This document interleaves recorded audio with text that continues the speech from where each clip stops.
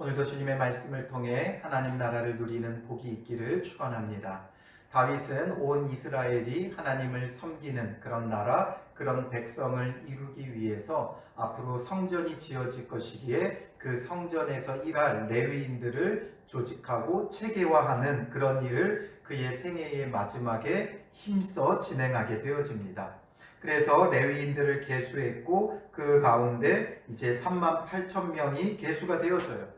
그래서 24,000명은 성전의 일을 보살피는 자로, 6,000명은 관원과 재판관으로, 4,000명은 문지기로, 또 4,000명은 찬송하는 자들로 구분해서 그 직임과 직분을 맡기게 되죠.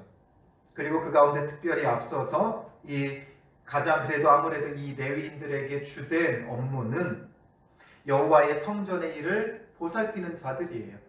그래서 이게 이제 가장 많은 사람들 24,000명이 여기에 들어가게 되어지죠. 그리고 이 24,000명을 다윗은 24개의 반으로 나누어요. 그래서 24개의 그 반이 돌아가면서 성전의 그 일들을 돌볼 수 있도록 그렇게 체계화하고 조직화했죠. 그리고 이제 오늘 본문에서는 특별히 이제 앞서서 성전에서의 그 봉사하는 직무를 감당했던 자들을 24개의 반으로 나누었듯이 이제 제사장들을 조직하게 되는데 이 제사장들도 24개의 반으로 나누게 되어집니다. 그래서 1절에 보면 아론 자손의 계열들이 이러하니라 하면서 설명하죠. 그래서 이 레위 지파 가운데서 특별히 아론의 자손들은 레위 자손과는 좀 별개로 제사장의 그 집안으로 삼았어요. 그래서 이 아론의 후손들은 이제 제사장의 직임을 감당해서 레위인들과는 별도로 제사의 업무를 이제 주관하게 되어지죠. 그래서 그 아론의 자손들인 이 제사장들을 어떻게 조직했는가를 보여주는 거예요. 그러면서 아론의 자손의 계열들이 이러하니라. 아론의 아들들은 나답과 아비후와 엘르아살과 이다말이라. 아론에게는 이 4명의 아들이 있었어요. 그런데 그 가운데 2절에 나답과 아비후가 그들의 아버지보다 먼저 죽고 그들에게 아들이 없으므로 라고 말하죠. 나답과 아비후는 먼저 죽었어요. 왜 죽었어요? 죽은 게 아니라 죽임당한 거죠. 그게 하나님께서 명하지 않은 다른 불로 분향했다가 죽임을 당해요. 그래서 이제 자연스럽게 그 아론의 제사장의 직분이 나답과 아비후가 아닌 엘르아살과 이다말을 통해 내려오게 돼요.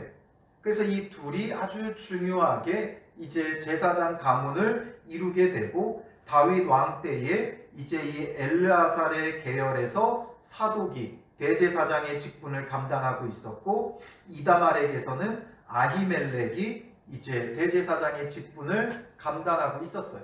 그래서 이 두 사람을 중심으로 사독과 아히멜렉을 중심으로 해서 이제 이 제사장들을 조직화하게 되어지는데 이 사독이 엘르아살의 계열이죠. 이 엘르아살의 후손 가운데 16명이 이제 16명을 우두머리로 해서 16개의 반을 조직하고 그 다음에 이다말의 후손들 가운데서 8명의 지도자 우두머리를 중심으로 8개의 반으로 나누게 돼요. 그래서 16개 더하기 8개 해서 24개의 반으로 나누게 되어지는 거죠. 그래서 그 레위인들도 24개의 반으로 나누었듯이 제사장들도 24개의 반으로 나누어서 그들이 순차적으로 돌아가면서 이 제사장의 직분을 감당하게 하는 거예요. 그런데 여기에서 이제 놀라운 제도가 하나 더 들어가요. 5절에 보면 제비 뽑아 피차에 차등이 없이 나누었으니 말하죠.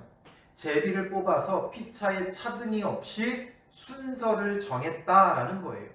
24개의 반이 있었고 이 가운데 엘르아살의 자손들이 오히려 좀 더 우세했고 이다말의 자손들은 조금 적었어요.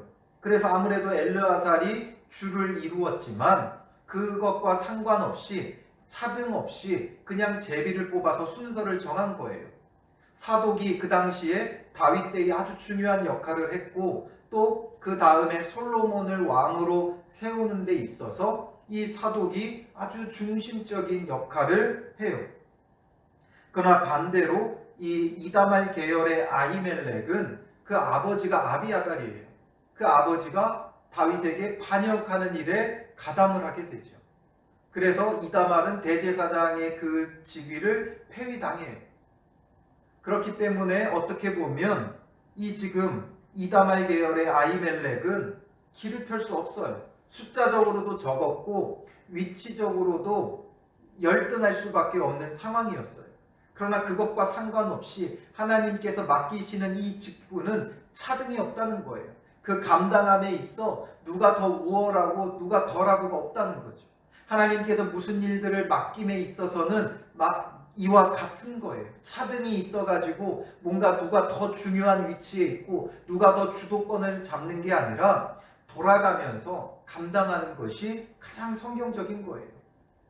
더 우월하니까 더 많은 것을 감당하고 이런 게 아니라 같은 직분 안에서 돌아가면서 일들을 감당하는 게 가장 성경적인 거죠.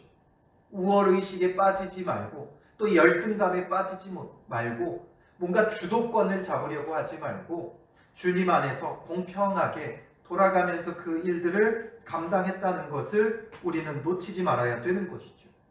그래서 우리는 뭔가 좀 더 교세가 크다고 해서 더 주도적인 일을 하려고 하고 교세가 약하다고 해서 약간 뒤로 빠지고 위축될 것도 없고 또 교회 안에서 내가 어떤 직분이다 그걸 자랑할 것도 없고 주님 안에서 우리가 공평하게 모든 은혜를 동등하게 나누고 기회를 동등하게 나누는 것도 굉장히 중요한 부분이에요. 그래서 하나님께서는 제비를 뽑는 그 방식들을 많이 사용해 왔고 또 다윗도 이제 제비를 뽑아서 그 순찰을 정하게 하죠. 우리는 1번에 누구를 두려고 그래요? 아무래도 가장 중요한 자를 두려고 하죠. 그러나 그것과 상관없이 이제 제비를 뽑아서 그냥 순서대로 돌아가면서 감당하게 하는 거죠. 그래서 7절에 보면 첫째로 제비 뽑힌 자는 여호야립이요, 둘째는 여다야요, 셋째는 하림이요 해서 24째는 마시아라 하면서까지 쭉 24명을 제비를 순차적으로 뽑아서 이제 이들이 돌아가면서 감당하게 하는 거예요. 어떤 방식이었는가 정확히 알 수는 없지만 아마 대체적으로 한 주씩 돌아가면서 진행했을 거예요. 안식일을 기점으로 해서 한 주 한 주씩 돌아가면서 이들이 이 일들을 감당하게 되어지는 거죠. 그리고 이제 19절에 보면 이와 같은 직무에 따라 여호와의 성전에 들어가서 이와 같은 직무에 따라 그러니까 순차에 따라서 자기들의 그 직분을 가지고 하나님 앞에 들어가 봉사하며 섬기는 일을 했다라는 거죠.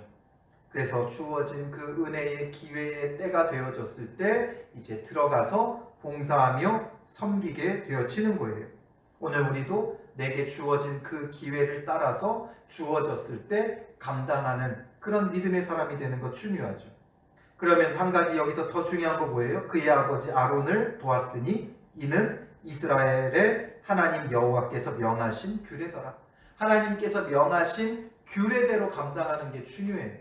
앞서서 나답과 아비후를 언급한 이유가 뭐겠어요?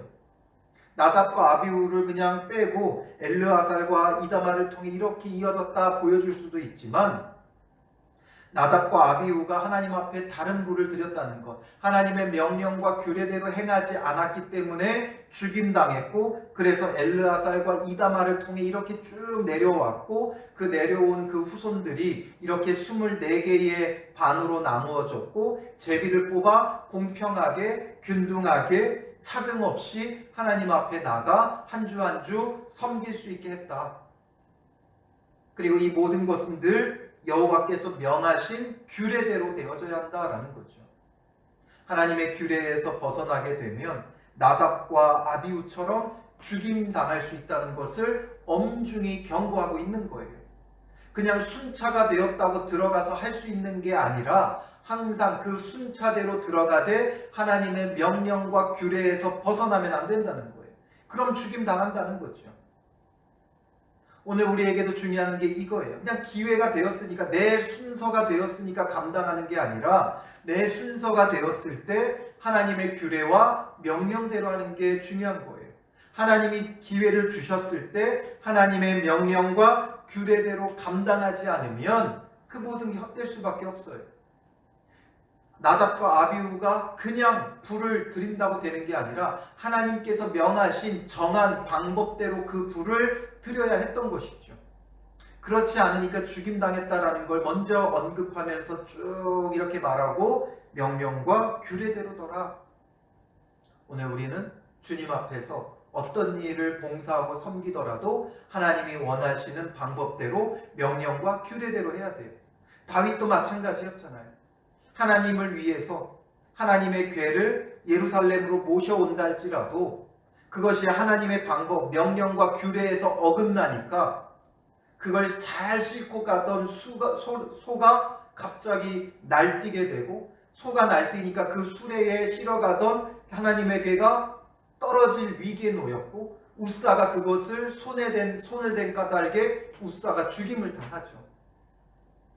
이것처럼 옮겨오는 것 좋은 일이었고 궤가 떨어지는 것 붙잡아야 했고, 그러나 그것이 웃사의 죽음으로 끝났다는 것, 결국 명령과 규례를 어겼을 때 벌어지는 일이 이렇다라는 거죠.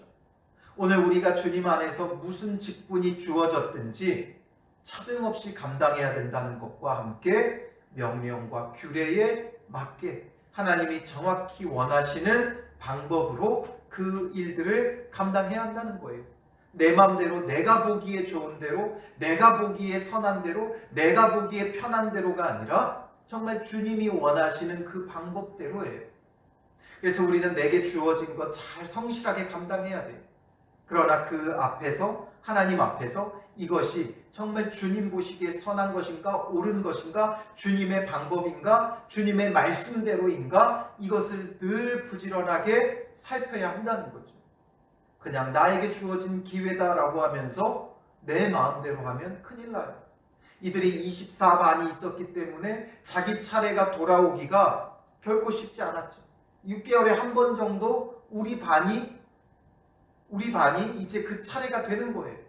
그 기회가 되었다고 해서 이제 마음대로 우리가 들어가서 하는 게 아니라 하나님의 명령과 규례대로 하는 것이 가장 중요한 거예요.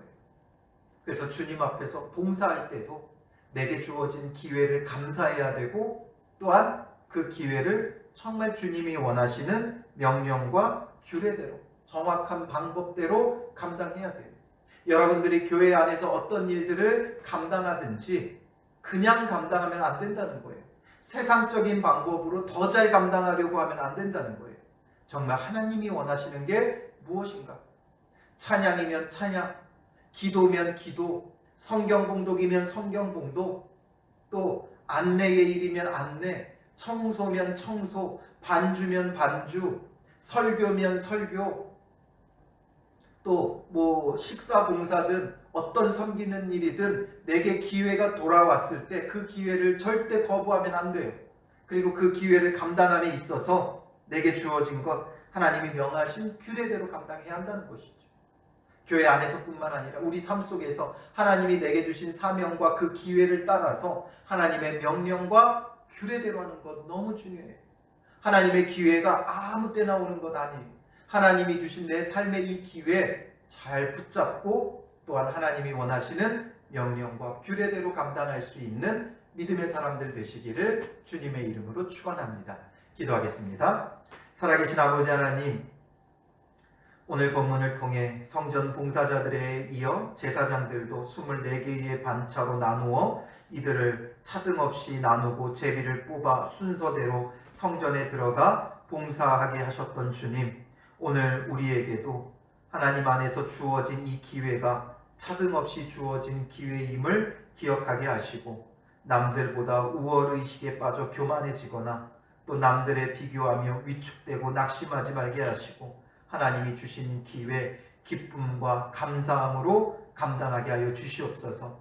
교회에서 주어진 직분, 맡겨진 일들, 또 세상 속에서 가정 안에서 맡겨진 일들, 하나님이 주신 기회로 감사히 여기며 감당하게 하시고, 어떤 것을 감당하든지 세상의 방식으로 더 잘하기를 힘쓰는 자들보다 하나님을 기쁘시게 하기 위해 하나님이 정말 원하시는 정확한 방법대로, 말씀대로, 명령대로, 규례대로 행하기를 힘쓰게 하옵소서. 우리가 어리석사오니 주님께서 지혜와 총명을 더하여 주시고 말씀을 보고 들을 때마다 깨닫게 하여 주셔서 하나님이 명하신 규례대로 정확히 주님이 원하시는 방법으로 주님을 기쁘시게 하는 삶을 감당하게 하여 주시옵소서. 오늘도 우리에게 주어진 하나님의 기회의 그 일들을 주님의 말씀에 합당하게 감당하게 하시고 하나님이 기뻐하시는 방식으로 감당할 수 있는 믿음의 사람들 되게 하옵소서. 삶 속에서 가정 가운데 말씀대로 행하는 믿음의 사람들 되게 하시고 그 속에서 기쁨과 감사와 찬양이 넘쳐나는 믿음의 사람들 되게 하여 주실 줄 믿사오며 예수님의 이름으로 기도합니다. 아멘.